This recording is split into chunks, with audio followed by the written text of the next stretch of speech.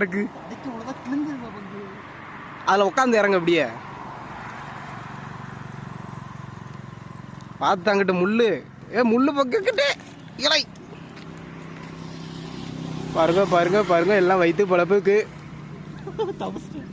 கீழே நூலு சேர்த்து கரெக்டா எடுத்துட்டேன் எல்லாத்தையும். வண்டி ஒருத்தன் தடா இருக்கு வண்டி இருந்தாலும் பதட்டமாக தான் இருக்கு. யுனைட்டுடன் வண்டி பாருங்க அந்த குச்சியே இருப்பா தருவோம்.